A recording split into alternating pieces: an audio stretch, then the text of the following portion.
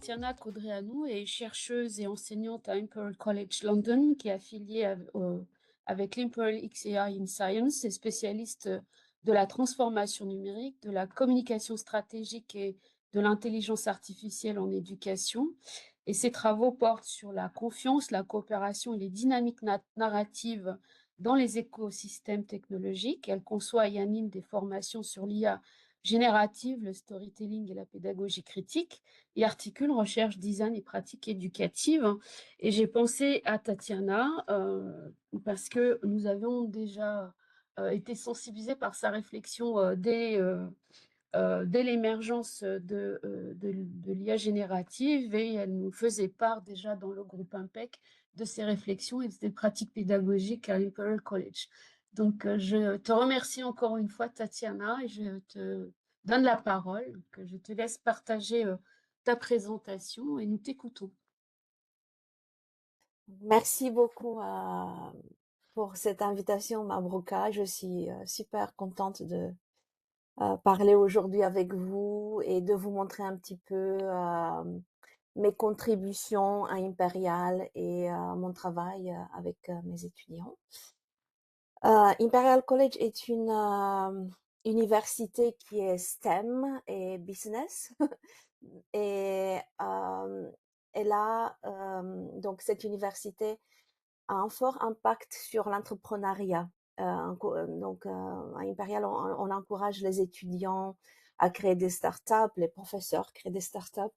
Et souvent, il y a cette tension entre le monde scientifique et expliquer donc la solution que nous avons créée pour la société, d'où l'importance du storytelling et des techniques narratives pour transmettre aux investisseurs, au public général, un petit peu ce qu'on a créé. Et donc, avec l'intelligence artificielle générative, nous avons des opportunités, mais nous avons aussi des défis en utilisant ces outils pour améliorer un petit peu l'histoire qu'on raconte aux autres. Donc, j'aimerais partager, mais je ne suis pas vraiment utilisatrice de WebEx Maburga, donc je vais Alors, essayer share au voilà, milieu. tu vois la petite flèche à côté Voilà, d'arrêter et la vidéo, voilà. share, et je vais allow, oui. Google Chrome is requesting to bypass the system. Je découvre. Vas-y, vas-y, on te laisse découvrir. Euh, et donc, je voudrais donc window, donc voilà, share. Donc, vous me direz si ça marche. Est-ce que vous Oui, avez ma oui, présentation? Mhm. tout à fait. C'est intéressant parce qu'au fait, c'est juste une petite réflexion. Sur Teams, on a quatre petites lignes rouges et sur Zoom, quatre petites lignes vertes. Mais là, sur WebEx, j'ai rien du tout. Donc, du coup, je sais pas exactement ce que je partage. C'est une réflexion en termes de utilisabilité des systèmes. Voilà. Ok. Non, mais je te Donc, confirme que c'est bien ta présentation.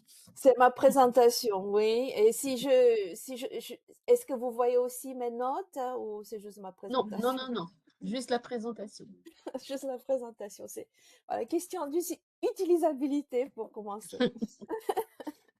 Donc, ma présentation porte sur l'IA dans le storytelling, la littératie critique que j'essaye de construire pour mes étudiants en même temps que je construis la mienne. Et le storytelling éducatif. Donc, on essaie un petit peu de repenser ces compétences car nous utilisons les modèles génératifs.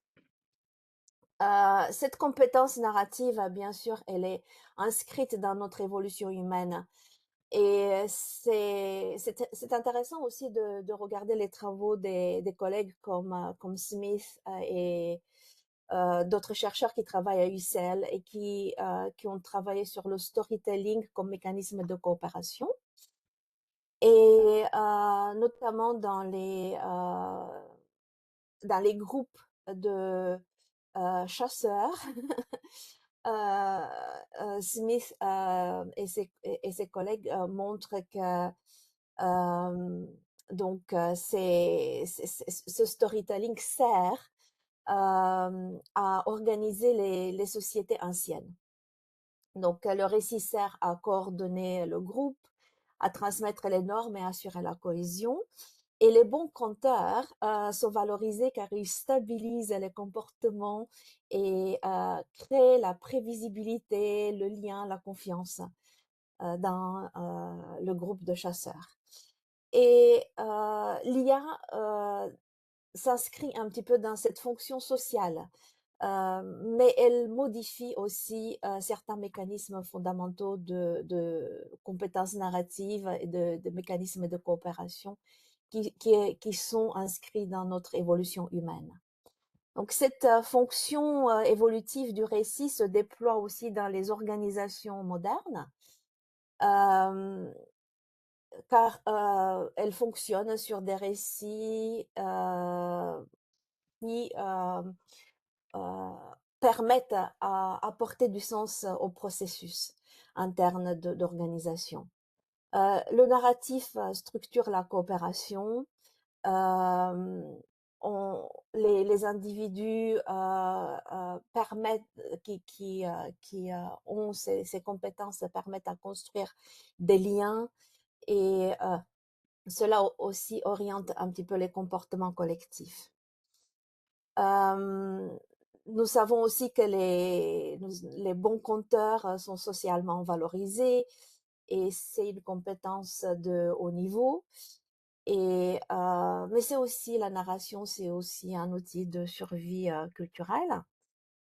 Et avec la technologie, si je donne un exemple, Steve Jobs ici, c'était quelqu'un qui illustrait parfaitement ces concepts, car il arrivait à bien expliquer les solutions au public général. Avec l'IA générative, on doit apprendre cependant à co-raconter sans perdre cette compétence coopérative qui fonde le récit humain. Et c'est un enjeu majeur pour l'enseignement supérieur et notamment pour mes classes de storytelling. Cela nous amène un petit peu à cette réflexion, à ne pas perdre notre essence humaine quand on utilise les outils de Gen AI.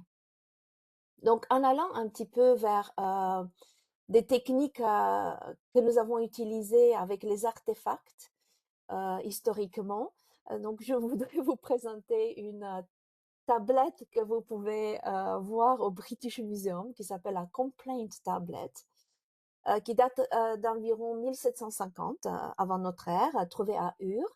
Et c'est l'une des premières traces écrites de storytelling quotidien et qui raconte des soucis de coopération dans une transaction. Et le contenu est surprenant parce que c'est un marchand qui se plaint d'un fournisseur qui a livré du cuivre de mauvaise qualité. Donc, il documente d'une manière très minutieuse l'incident pour protéger sa réputation et maintenir la confiance dans le réseau commercial.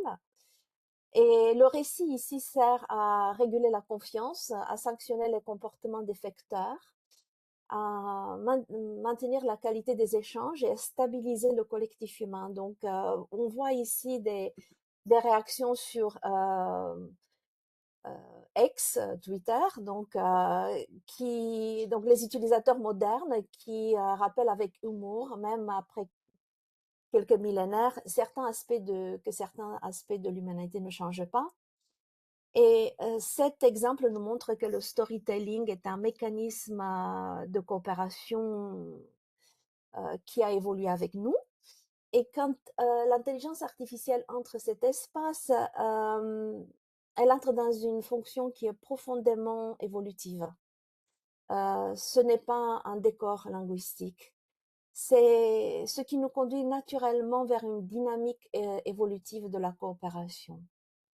Donc, les dynamiques évolutives de la coopération sont étudiées par des chercheurs tels que Novak, mais dans l'équipe AMPEC aussi, avec le livre que nous avons écrit ensemble. Dans un de ces chapitres, je me suis intéressée au rôle de la coopération dans notre équipe et comment cette coopération pouvait organiser notre dynamique dans le séminaire de recherche. Je prends donc ces notions clés qui sont le super coopérateur qui renforce le tissu social, le coopérateur qui contribue au collectif, le discriminateur qui protège la réputation, qui observe la fiabilité, et le défecteur qui optimise pour lui-même au détriment du groupe. Donc ces dynamiques existent dans les équipes, dans les sociétés et dans la circulation des récits également, comme nous allons le voir, euh, que j'ai retrouvé dans mes classes. Elles expliquent pourquoi certains récits renforcent la cohésion et d'autres détruisent la cohésion. Et ce cadre me permet à moi de comprendre ce qui se joue dans le storytelling assisté par l'intelligence artificielle. Donc le storytelling co-construit avec l'IA m'amène aussi à une réflexion faite par Scott Galloway il y a 2 ou 3 ans, qui soulignait que s'il pouvait transmettre une compétence à ses enfants, ce serait le storytelling. Scott Galloway, si vous ne le connaissez pas, il est professeur de marketing à l'université de New York, Stern Business School. Et pour moi, c'est important cette réflexion est importante car dans un modèle saturé actuellement d'information, d'IA, la capacité à donner du sens reste profondément humaine et stratégiquement essentielle. Euh, pour moi, l'IA peut assister, mais elle ne peut pas intentionner. Et cette compétence est particulièrement centrale à Imperial College. Car à Imperial College, on essaye de donner de la clarté à la science. On a besoin de clarté.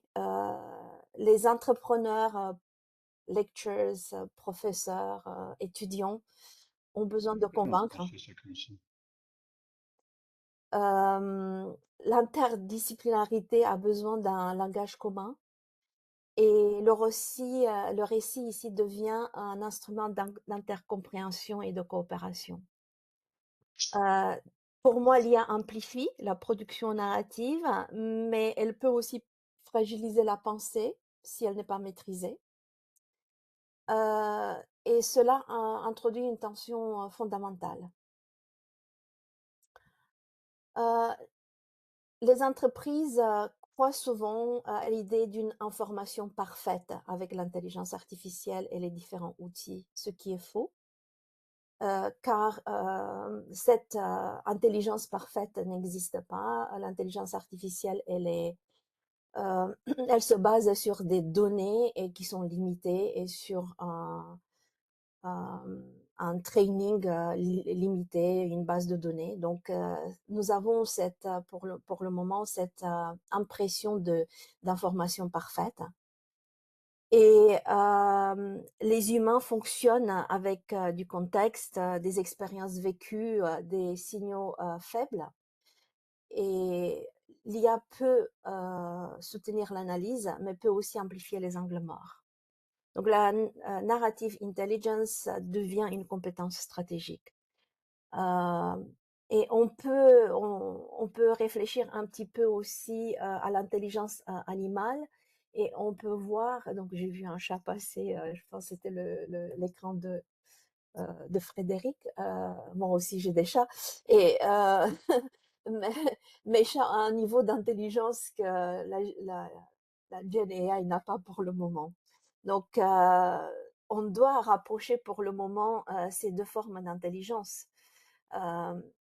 Cette illustration nous montre clairement l'écart entre perception statistique et perception incarnée, le traitement symbolique et la compréhension intuitive. Et l'IA comprend les structures textuelles, mais pas encore les nuances environnementales, émotionnelles et situées. Et notre rôle est d'aider les étudiants à naviguer cet écart. D'autant que les modèles ont des limites fondamentales qui sont signalées régulièrement, par les enseignants, par les chercheurs.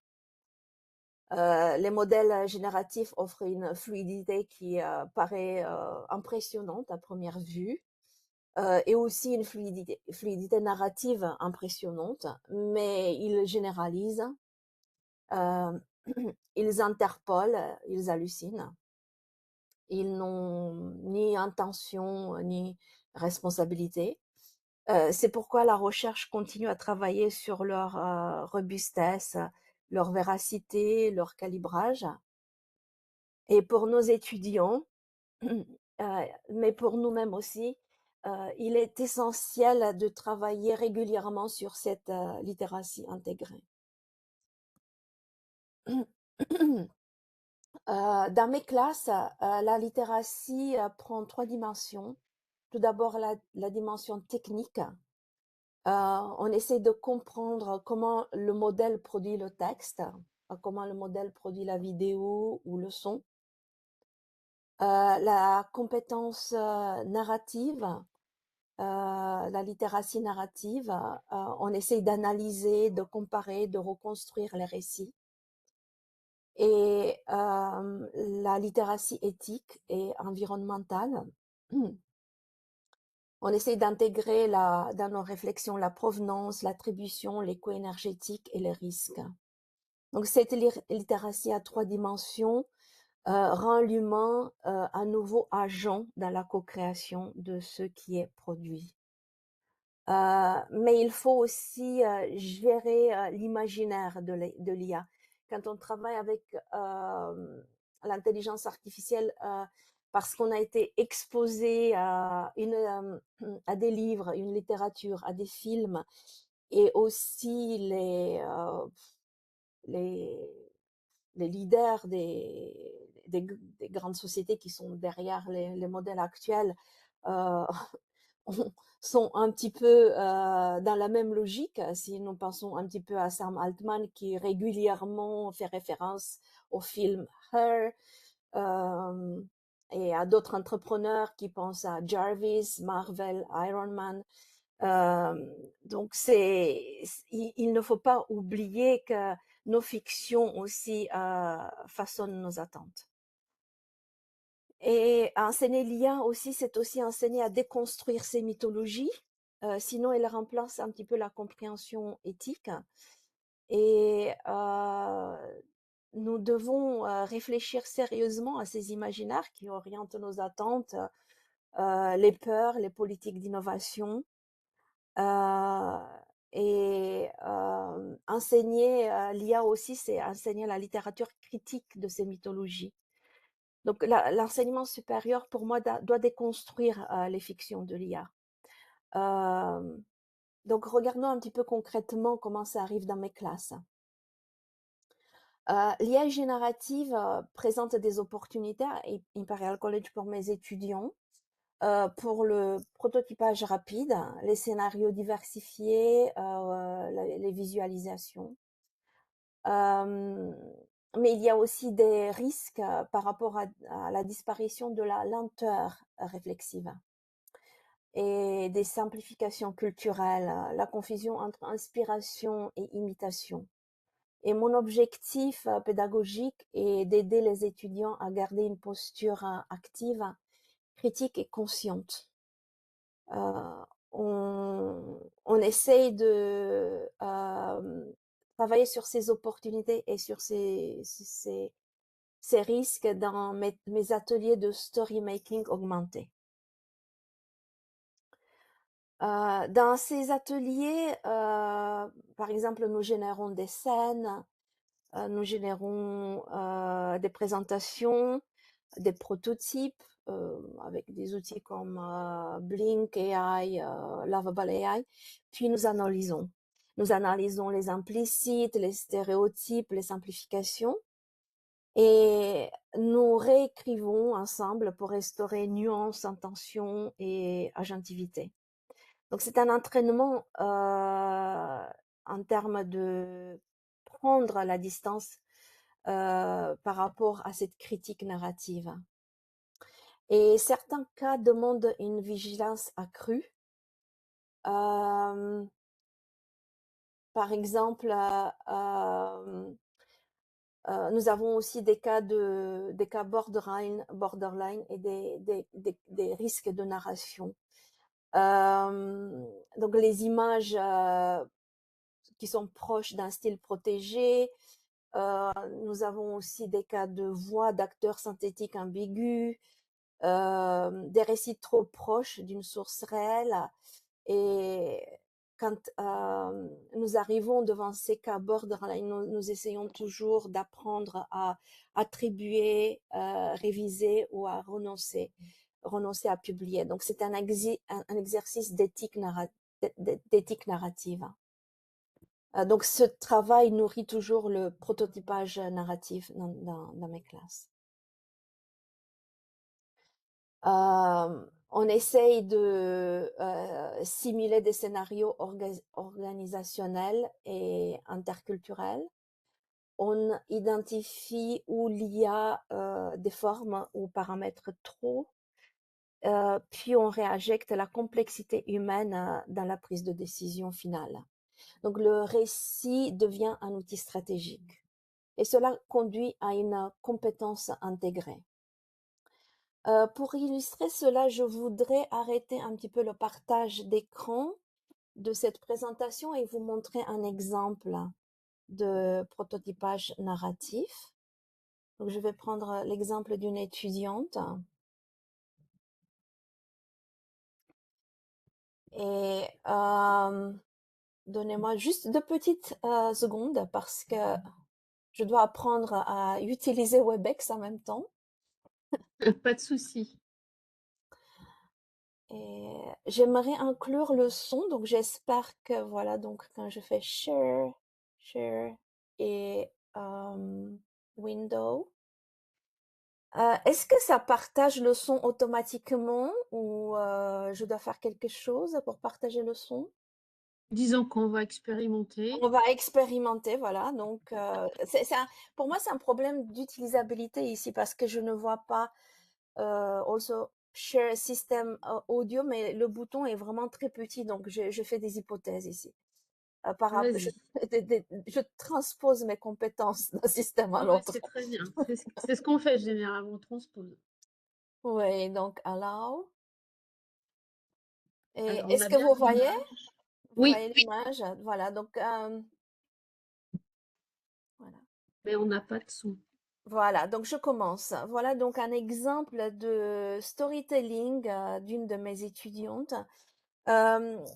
Imperial College a des campus au Ghana, donc d'où cet exemple. In the small village of Niayeso, deep in the Ghanaian countryside, lived a young girl named Amma. Amma loved storytelling more than anything.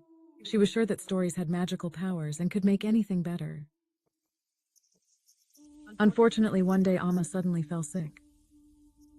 Amma's mother, Afi, frantically took her to the village clinic, where the doctor diagnosed her with severe malaria. The doctor knew that without a blood transfusion, Amma's chances of survival were slim. However, the nearest hospital with the necessary blood supply was hours away by car, and it was already dark. Afi remembered that one day at a village meeting, she had heard about tiny aircraft delivering much-needed medicine and blood transfusions to remote places in Ghana. She rushed to the clinic's phone and called the emergency hotline. The operator assured her that help was on the way. In less than 15 minutes, a drone buzzed to life at a zipline distribution center miles away. It took off into the night sky, equipped with a life-saving package of blood. Meanwhile, back in Nyayiso, Afi held Amma's hand tightly, whispering prayers. The entire village seemed to hold its breath.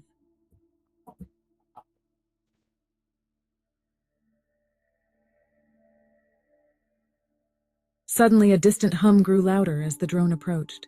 It descended gracefully, landing in the open area near the clinic. The nurse quickly retrieved the package, and within moments, the doctor began the transfusion. The whole village watched anxiously as the precious blood flowed into Amma's veins. Slowly, color returned to her cheeks and her breathing steadied. By morning, Amma's condition had stabilized, and she opened her eyes to see her mother's tear-streaked face smiling down at her.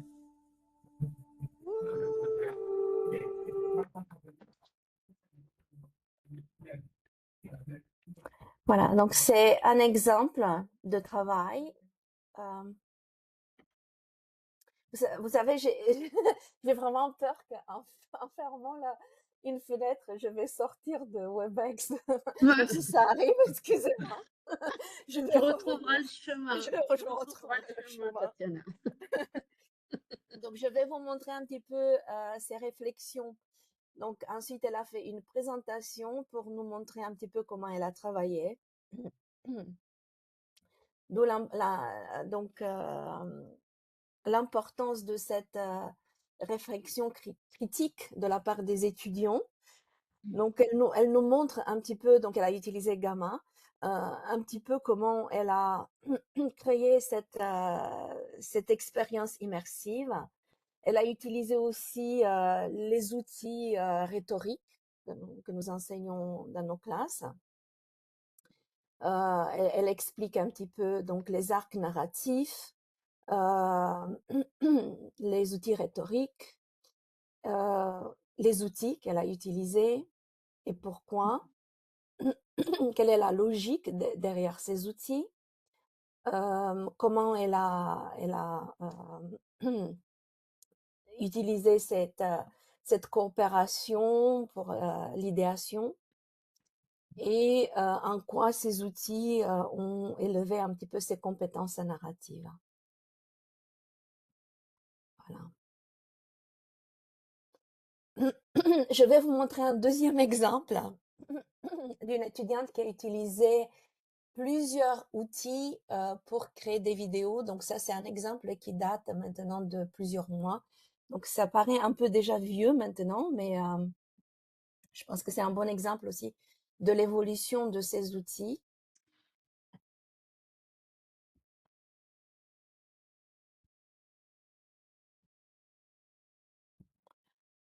Avec le son.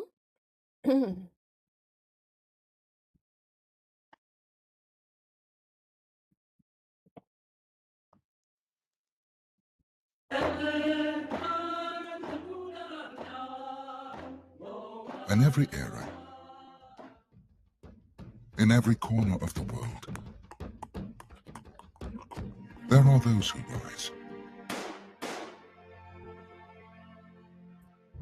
They rise against the storm.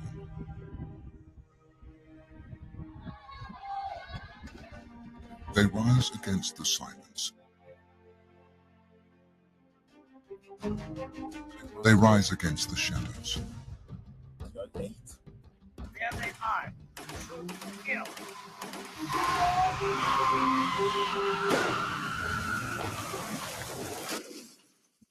I can't do this anymore. I need you. Their fight echoes through time. Their courage spans generations.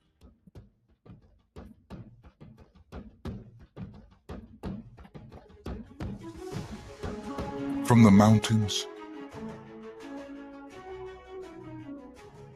to the underground.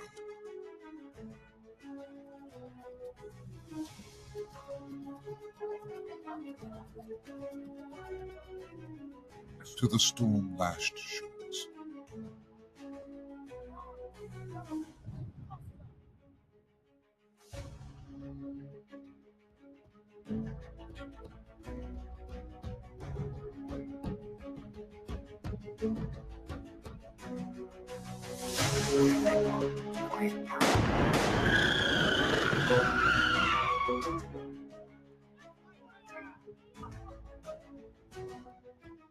From Imperial Games, echoes of resistance. Will you rise? Voilà, cette étudiante également, elle a créé une vidéo pour expliquer le choix des différents outils, comment elle a rassemblé tout, donc comment cela a augmenté ses compétences. Elle fait des réflexions aussi très intéressantes sur les limites des modèles et les problèmes avec la generative AI et les images qu'elle a créées. Donc, pour expliquer un peu son projet c'est son papa est créateur de jeux vidéo. Et donc, c'est un petit peu pour expliquer le travail de son père. Donc, qu'elle a créé cette vidéo et voilà, donc, parce qu'elle a grandi dans ce monde de storytelling de gamers. Ah, j'ai des émotions très fortes. Je pensais que je fermais encore une fois votre fenêtre. Je vais revenir. Mais non, tout va bien, tu gères très bien. C'est bon, ça va. J'ai des émotions très fortes ce matin. Je repartage ma présentation, j'ai presque fini.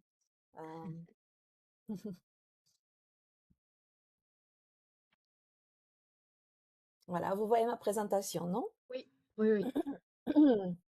Oui, donc mes étudiants donc travaillent autour de la coopération, de la narrative intelligence, de la littératie critique et un petit peu autour aussi de la réflexion de cette pédagogie du récit responsable et augmenté. Donc, les fondements pratiques de cette pédagogie, c'est que j'essaie donc de transmettre à mes étudiants, c'est lire la voix du modèle, repérer les angles morts, distinguer automatisme et intention, et restaurer l'agentivité des étudiants, et mobiliser l'imagination, l'éthique, le discernement. Et donc, c'est un peu une pédagogie de la vigilance et de la coopération en classe. Donc, c'est un petit peu pour reconfigurer la manière de penser la compétence narrative. Et pour vous donner un petit peu plus de détails ici, j'enseigne aux étudiants que l'IA doit assembler, mais que l'humain raconte, que le storytelling doit rester un espace de liberté intellectuelle. On ne peut pas déléguer la pensée critique et nous devons être des co-créateurs responsables. Ces compétences sont donc, comme je les ai énumérées plus haut, lire les modèles, comprendre comment un modèle produit un récit, identifier un petit peu aussi les logiques internes, les biais, les coûts, cartographier les récits, donc repérer ce que le modèle invisibilise ou amplifie. Ensuite, ils doivent documenter quel modèle ils ont utilisé à quelle date, documenter aussi les prompts, donc leur chaîne créative et assurer l'attribution, la provenance. Ils doivent aussi essayer de co-raconter de façon responsable, sans confusion entre génératif et intentionnel. Et ma partie ici, mon rôle, c'est d'enseigner la vigilance. C'est très important de réfléchir à cette compétence en tant qu'enseignant. Ce que j'ai observé dans mes classes, c'est que mes étudiants peuvent facilement bouger entre ces rôles de coopérateurs narratifs qui enrichissent, réécrivent, contextualisent, comme vous l'avez vu dans le premier exemple. Dans le deuxième exemple aussi, mais je ne peux pas vous montrer la vidéo parce qu'elle est un peu longue. Ils sont aussi parfois des défecteurs narratifs parce qu'ils délèguent trop à l'intelligence artificielle, ils publient sans vérifier, et donc ça renforce certains stéréotypes. Je ne sais pas si vous êtes au courant, mais ça aussi, ça renvoie aux incidents de Deloitte cette année. 2 incidents, les consultants ont publié sans vérifier les rapports et ont envoyé ça à 2 gouvernements différents. Donc, c'est ce qui est très, très gênant pour Deloitte. Donc, ils étaient en position de défecteurs narratifs ici. Les discriminateurs narratifs, ils filtrent, ils comparent et ils décident quand l'IA est utile ou dangereuse. Les super coopérateurs narratifs, ils documentent, ils enseignent. j'ai des étudiants qui enseignent à d'autres étudiants, ils réparent, ils rendent inclusifs les récits. Et pour moi, notre rôle en tant qu'enseignant, c'est un rôle de méta-coopérateur. Car nous devons créer les cadres et les politiques et la culture narrative collective. Donc, on se déplace un petit peu entre ces actes de coopération, l'intelligence narrative et l'IA générative peut accélérer ou fragiliser notre position. Et l'enseignement supérieur a ce rôle de responsabilité dans l'agentivité. Donc, on doit former des co-créateurs capables de relier technique, coopération et récit et éthique. Donc, pour moi, c'est pas vraiment ce que l'IA raconte, mais surtout ce que l'IA nous empêche d'imaginer à l'avenir. Donc, la compétence du futur serait plutôt d'élargir à nouveau ce champ du pensable. Voilà, donc je vous remercie et je reste à votre disposition si vous avez des questions.